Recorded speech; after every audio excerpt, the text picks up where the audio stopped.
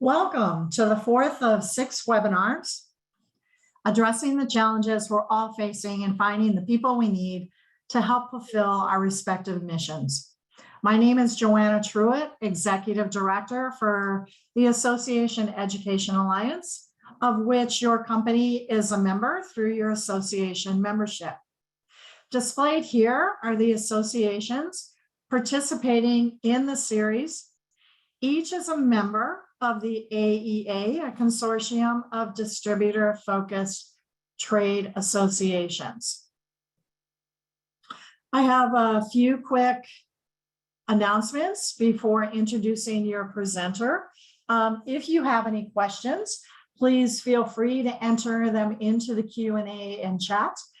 We will ensure that we've got time after his presentation to answer those questions for you, and also to let you know that this webinar is being recorded and will be available through your associations and on the AEA website within the next couple of business days. So let me get to the introduction of Alex. Alex Tchaikovsky is our presenter today.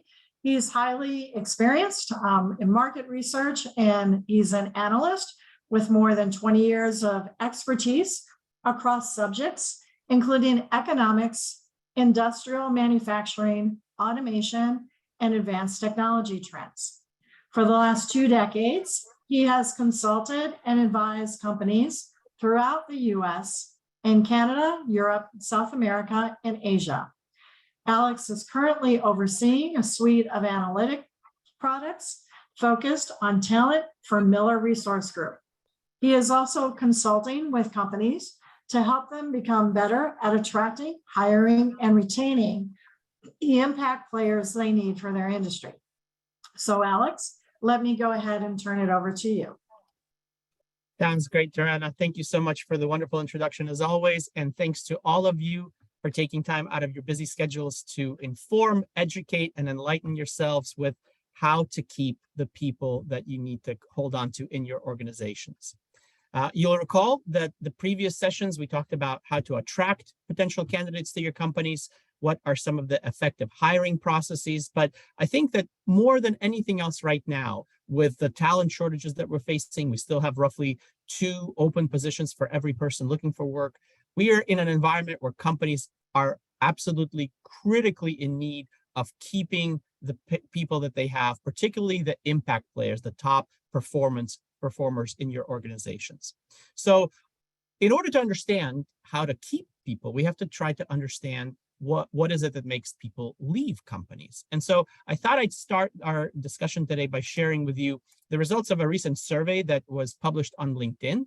And you can see this is really asking thousands upon thousands of potential job seekers and job holders, why are workers looking to change jobs? What is it that motivates people to leave an existing position to seek something else elsewhere? And as you can see here, and I'm sure this is not going to come as a shock to any of you, better compensation currently is the #1 driver of people leaving their existing positions to seek more money elsewhere. And it's one of the major trends, I would say, of the post-pandemic workforce environment, which is with the ability of choice and the ability to find remote work and things that are really better aligned with people's expectations of what their career and their job should be like, they are looking for opportunities anywhere and everywhere. Sometimes it's right in their own town, sometimes it's across the nation, and in other times it has occurred many times that people are finding work internationally, whether you are an American working for a company in Europe, or if you are a European and you want to work for an American company, you're able to do that as well. So you can see all of that comes with typically a vertical move. The competition for talent has created an environment where, on average, wages are up year over year, position to the same position, comparing 2021 to 2022, approximately 7 to 10%, which is one of the largest movements that we've seen over recent data history. But money is not the only reason that people move also. You know, this whole realization that your job and your career is something that should fulfill your life, for many people has looked, very differently over the last 12 to 24 months. And they're looking at things that better align with their values, positions and careers that make them feel good at the end of the day, positions and careers that allow them the opportunity to progress throughout the corporate ladder, and looking for opportunities to move up within different organizations. And I think the last element that's key is flexibility. Companies and candidates are looking for flexibility from each other. You can see more flexible hours, a more flexible work from home policy. All of these things kind of round out the top 5 reasons why people would leave organizations. So let's take a look at some of the key drivers and talk about what you can do as an organization to keep people from implementing and pursuing these reasons to want to leave your firm and seek better opportunities elsewhere. Let's start with compensation. So you'll recall from the last webinar that we talked about a platform that I leverage with my recruiting colleagues called Labor IQ. I talked about how to find what the competitive market rates are when you're trying to hire for a given position. But that platform is actually very powerful in terms of retention as well. It allows you to take a look and assess your existing workforce and essentially find and highlight the risk factors, the people that are most likely to want to leave your organizations. Here, I give an example of a team within a company and kind of what the recommended salaries are versus what those people are currently making. So you can see this is commercial equipment and supplies sales, a technical sales engineer, a project manager, a service manager, and a forklift technician. So like a blue collar position. What you can see here are 2 different things. The orange bars, if you will, are the recommended ranges for those particular jobs. The blue bars are what a particular company, in this case, actually one of my clients, is paying their people. And what you'll see here is this allows you to identify both the laggards. For example, in this case, the project manager position is actually underpaying relative to what market competitive wages are, as well as the forklift technician position. And it allows you to identify positions that your people are actually making more money in that the market dictates. But imagine implementing something like this within your own organization, identifying the risk factors and the individuals that are most likely to want to leave, in particular to pursue better pay elsewhere, and then engaging with those people in proactive, frank conversations. Sitting down with them and saying, look, we realize that you are currently below market wage. Let's find a way and create a plan together to help you get there over time. Or maybe perhaps it's not the salary that you care about, but the flexibility, or you want to do something more meaningful to you. But it allows you to engage your employees in this conversation, and it really changes the dynamic. Instead of having to react with a counter offer when they come knock on your office door and tell you, I'm putting in my 2 weeks because I got a 20% higher job offer somewhere else, you are now really interested and vested in their own success. And that really changes the dynamic from a traditional employer to employee kind of power down hierarchy to one of partnership. And one of the key elements that I see right now in the companies that are very effective at retaining the people that they have is it's a partnership between them as an employer and their employees. Each one realizes that they need the other one to achieve its objectives, and they are very transparent, honest, and direct in communicating their needs to each other. The company is able to say, here's what we need from you as an employee in order to achieve our goals. And the candidates and the employee is able to say, okay, I understand. Now here's what I need from you as an organization to keep me happy, satisfied, motivated, and engaged in what the mission of the company is. So I think that if you haven't done an assessment like this in quite some time, I highly encourage you to take a look at something like this, because it is a very powerful tool in identifying, again, those risk factors, the red flags, if you will, of people that are likely to jump ship, particularly to take more money somewhere else. If you need a little bit of help with this, please reach out to me. I'm able to talk you through how to do this effectively, and certainly in a relatively quick period of time, because you need to know sooner rather than later. So once you're able to address this first driver, which is compensation, and again, as I mentioned, it's not always about paying the highest salaries. You can introduce different levers. You can create more PTO for an individual, flexible working arrangements, other things that they care about. But once you address that monetary element of why people leave, then it becomes a conversation of what are some of the other drivers. And what we've seen in terms of the top predictors of turnover is that after pay and benefits are figured out and agreed upon between a company and their employees, the number one, by far the number one reason why people will want to leave is conflict with their direct manager. The immediate manager is someone that has a great impact on the day-to-day experience of employees in your organization. And what we see is that when there is conflict, when there's stress between a manager and their employee, it is almost impossible to bounce back from that. It's very, very difficult to overcome that stress and the crisis that you typically associate with those kind of factors. And so it's really, really important for you to ask yourself, when I look at my management structure, particularly the mid layer of my management, are there people that I think are underqualified or don't have the right training to be people managers? Because there's a very different thing about being promoted to management for doing another job effectively. For example, if you're talking about your sales organization, if someone is a really good salesperson, oftentimes that individual will be promoted into a sales manager position. But managing other salespeople has nothing to do with the fact that they were really good at selling your products and services. And so you've got to actually provide an element of training to help them understand what mental health issues conversations look like, help them understand the trend towards diversity, equity, and inclusion that's happening in many companies. But give them that critical training that many companies are overlooking, because if you provide that people training to your managers, then you're going to see a big reduction in the stress factors and hopefully in the turnover that your organization sees over time. So address the pay equation, address training for your management layer, and then make sure that the person feels, when I say person, I mean the employee, the candidate, that they feel a part of their organization, that they're engaged. And one of the best ways to figure out if they are still engaged after 1 year or 5 years or 20 years within your company is actually through something called the Q12 survey from Gallup. Now, this is a product that I have nothing to do with. It's just something that I've come across in my work within the recruiting industry, and it's an effective tool that companies can implement to really get a sense of where their people are.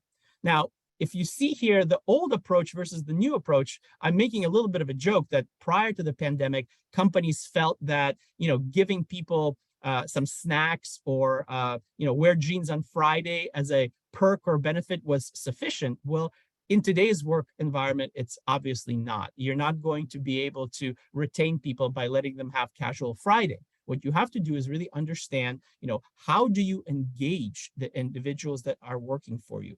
How do you provide for their basic needs? As you can see in this kind of hierarchy of needs pyramid on the right-hand side, what can you do in terms of management support? What can you do in terms of improving the teamwork that exists within your organization? And how can you facilitate growth of both the individual and the team that they're on?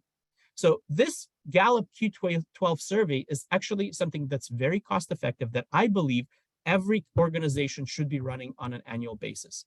I think that it's $15 a head to administer this survey. And again, I don't have anything to do with this particular product, but I found it to be very effective into providing the types of insights that companies need so that they can address whatever issue ails them and diminish or hopefully completely eliminate turnover within their organizations. The way that the questions are structured is very, very important. There are 12, Q12 means 12 questions, and they're written more like statements that the employees are asked to agree or disagree with.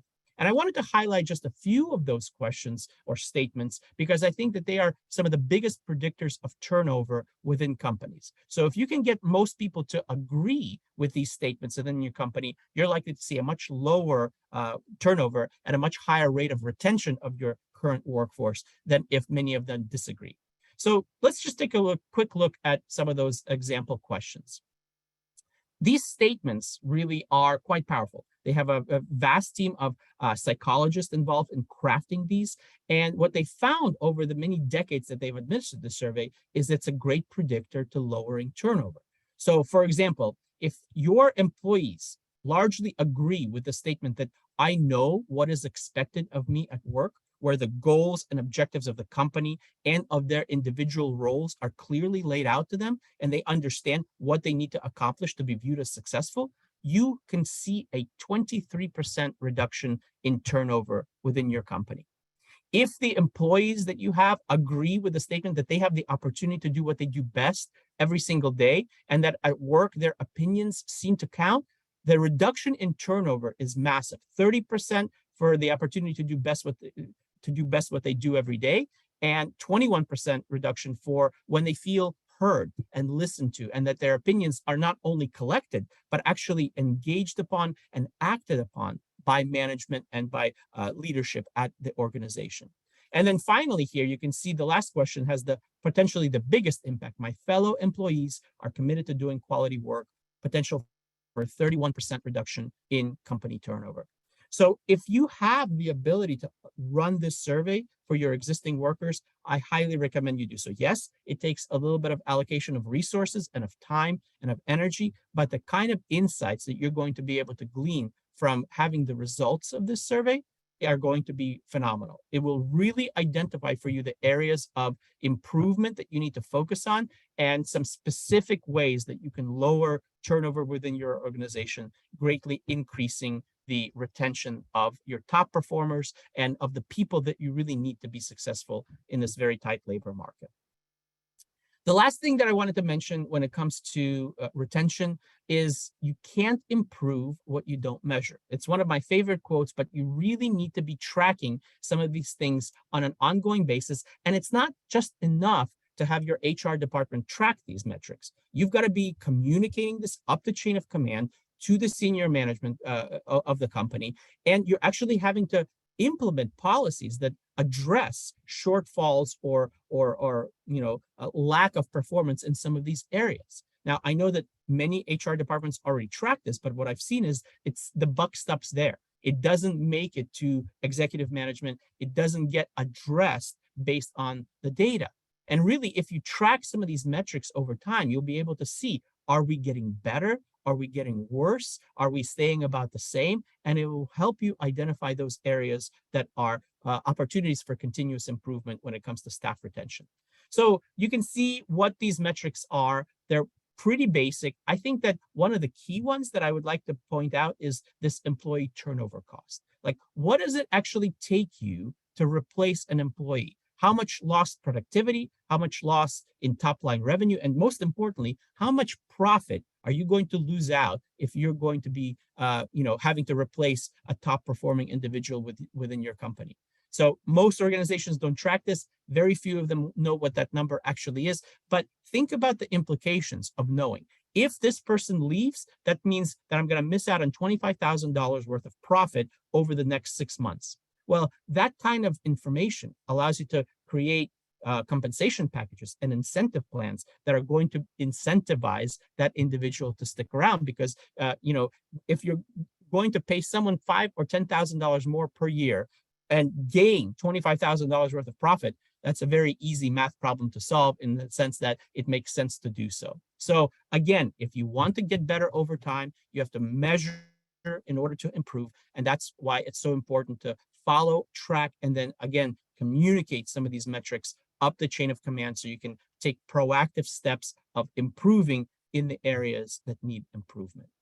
So I wanted to keep this relatively brief today. I know we've gone about 20 minutes already, but I want to go ahead and turn this over back to Joanna and answer any questions that are out there on your minds. They can be regarding retention or really anything else that I can hopefully help you answer. So Joanna, I'll turn it back over to you.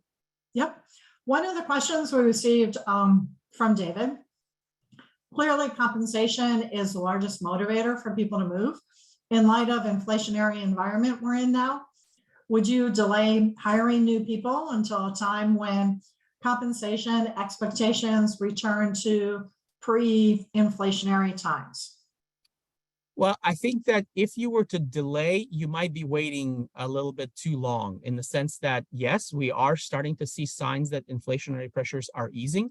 The latest reading on the CPI, the core price index, it was encouraging. We dropped from 9.1% year over year increase to an 8.5%, largely on the back of a decrease in the cost of gasoline and energy. We still have significant rise in the cost of food and housing, and certainly within the producer price index, which is what you feel as distribution companies, that is also starting to come down, but is still in double-digit territory. So I think it's going to take at least 6 to 12 months for that to come down. And I don't think we're going to get back to the levels that we saw pre-pandemic. The days of sub 2% core inflation readings and the PPI hovering somewhere around 4 or 5%, I think are going to take a long time to return, if ever. And so I think that you do need to be more cognizant of the fact that you're paying higher for people right now. Be more selective and strategic in the hiring process. But no, I don't think you should wait to hire. I believe personally that hiring should be an ongoing process within your organization. Even when the economy is in the back of the business cycle like it is right now, even when there's potential for recession, you may be able to find talent that is really a game changer for your company. In some cases, it might mean you're willing to pay a little bit more for that person, but you never really want to stop hiring based on what is just simply going on in the macroeconomic landscape. Always be on the lookout for those impact players. And, as a result, you might have to pay a little bit more, as I mentioned, but you don't want to miss out on individuals that can really change the trajectory of your business. Another question came in from Angela. We have had a couple of tenured employees leave. They did not ask for more compensation. Is there anything we could have done? Yeah, it's a really terrific observation and question. I think that the key suggestion that I would share with you is you have to ask your people what is going on, why are they leaving. This Q12 survey that I shared with you today is a great stepping stone in that process. But I think that one of the worst potential outcomes is your people are leaving your organization and you have no idea why. So if it's not money, then what was the deciding factor for them? Are they finding, are they looking for more opportunities to work remotely, more flexibility of schedules, different paid time off, other benefits that someone else is offering to them that they might not be receiving within your organization? Or is it more of an existential issue and they're just, looking for something that brings more meaning to their life and they want to be more creative? There's so many different reasons. We've seen new business formation, for example, double relative to where we were prior to the pandemic, because people are wanting to take more risks. They wanting to try this out in a very risky environment in general. They're saying, well, why not? If the time is not now, then when? So I think that the key element is you've got to be having those conversations on an ongoing basis, and you've got to be checking in with your people and understanding what it is that they truly feel about working for you, so that you can, really start to make the necessary adjustments if it's in your power to do so. Anonymous indicated, thanks for pointing out that employees leave partially due to underperforming colleagues they work with. It seems more companies are keeping underperforming employees versus no employee. What response do you have to that strategy? That's quite a question. It's a doozy of a question. So I think that the key element in an environment like that is that you have to recognize and publicly reward the people that are performing at or hopefully above your expectations. It cannot be an environment where the slack of the cruise control employee is just having to be picked up by the outperforming employee, and there's no distinction by the company of their performance, and no reward, most importantly, of that extra effort and oomph that the outperformer is providing to your business. So I think that there are different ways of recognizing people and rewarding. Not everyone wants to be recognized in the same way. To some people, it might be a monetary recognition, so like a gift card now and again, a little bit of extra time off, something like that. For others, it's just a candid, you're doing a really good job, a message from their manager to them in a private conversation. I really see you putting in all that extra effort. I appreciate what you're doing. I know that you're really having to carry a heavier load, and I'm working on it. I'm looking to find solutions and ways that we can get you some help that you need, but also at the same time, I just want you to know how good of a job I think you're doing. That really goes a long way. People behave in the way that they're incentivized to. And so if you are offering some sort of recognition and reward to the people that are doing above and beyond, I think that's going to go a long way to keeping them satisfied, even though their colleagues might not be pulling their weight. This is kind of an interesting question. My boss is not willing to budge on allowing employees to work remotely or in a hybrid scenario. I'm finding it difficult to recruit, especially in technical roles such as IT. What can I do to convince him to allow for more flexibility? I believe he doesn't trust that employees are working when they're working remotely.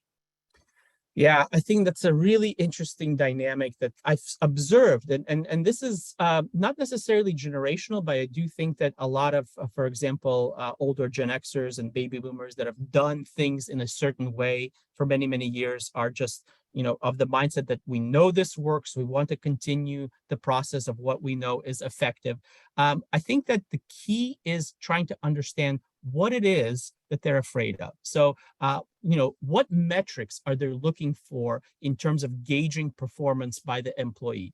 Is it hours at the desk, the way that things used to be? Do you have a kind of a butts and seats mentality where you want people in by 8 a.m. and you don't want them to leave until 5 p.m.?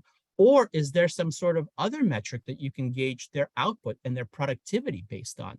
And in many cases where we live in such a data-driven world that there are ways, KPIs, performance indicators of different kinds that can be looked to. So try to suggest to the person that's hesitant to change their ways to look at data rather than looking at their emotional attachment to the things that they are comfortable with and they know have worked historically.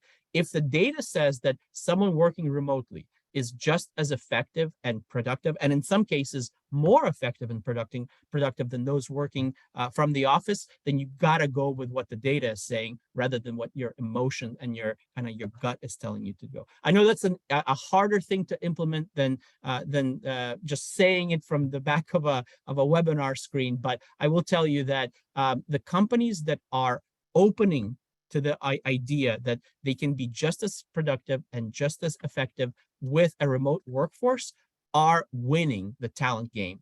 And if your boss, unfortunately, does not open themselves up to this idea of, particularly in IT-related roles, I think it's really quite shocking because the expectations in that industry is that you are able to work remotely at least part of the time.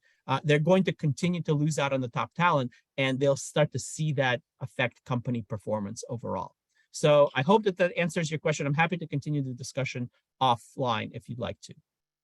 Well, it's kind of interesting because the next question pretty much piggybacks on that.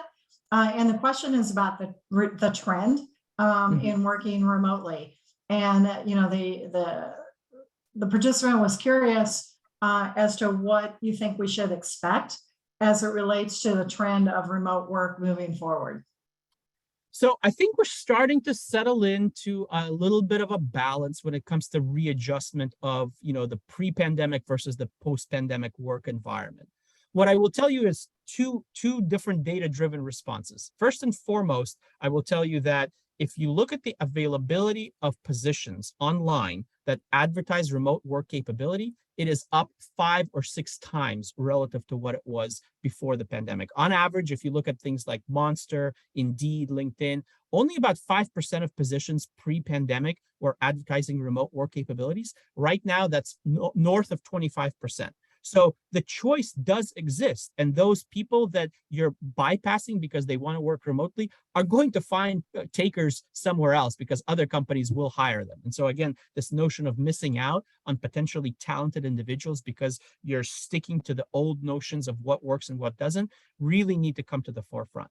The other element is what we're seeing is kind of this shaking out of different types of roles. So for example, if you look at frontline facing positions, this could be the retail industry, food service, certainly a part of the mix, education, nursing, things of that nature.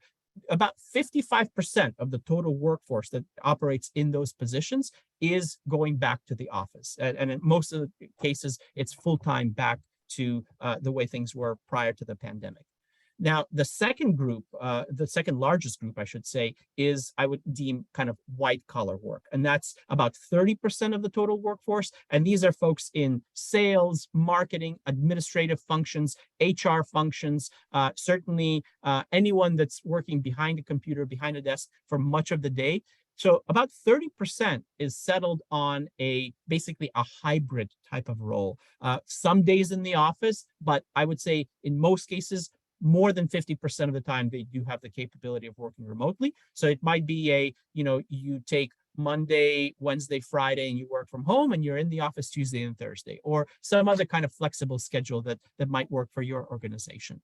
And then the remainder, which is approximately 15 to 20%, are the true remote workers. And I would certainly say IT professionals are a part of that. Anything that's done with creativity, digital content creation, things like that, that is almost purely remote. And there's no sense in bringing those positions to the office other than increasing your company's overhead costs. And so we've actually seen that the office capacity at major metropolitan areas around the country, places like New York City, Chicago, Los Angeles, Dallas, is continuing to dwindle as companies adjust to this new reality. But I would say frontline position, and this would include manufacturing workers, warehouse workers, things like that, about 55% of the overall job market, about 30% being the hybrid roles, and about 15 to 20% being fully remote. So I know that's a lot of data points, but I hope that helps answer your question.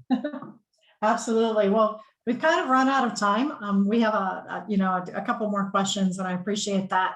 But hopefully from Alex's responses, you're able to get at least some direction and some ideas, particularly about work from home and about what employees value the most. Again, I want to thank Alex for the great information that he presented today, and to also let you know that a recording and this presentation is sent to your association probably by the end of today, early tomorrow.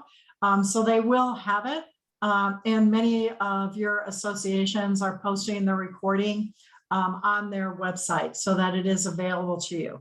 So again, please double check with your association for a copy of the presentation, as well as access to the recording. So just want to remind you as well that our next session is Wednesday, October 19th. That will be the 5th webinar in the series, where we'll be discussing key focus areas for businesses to become better at attracting, hiring, and retaining workers. Sorry about that. So until then, we hope you enjoy the rest of your summer, and thank you very much for joining us today. Thanks, Joanna. Thanks, everyone. Mm-hmm.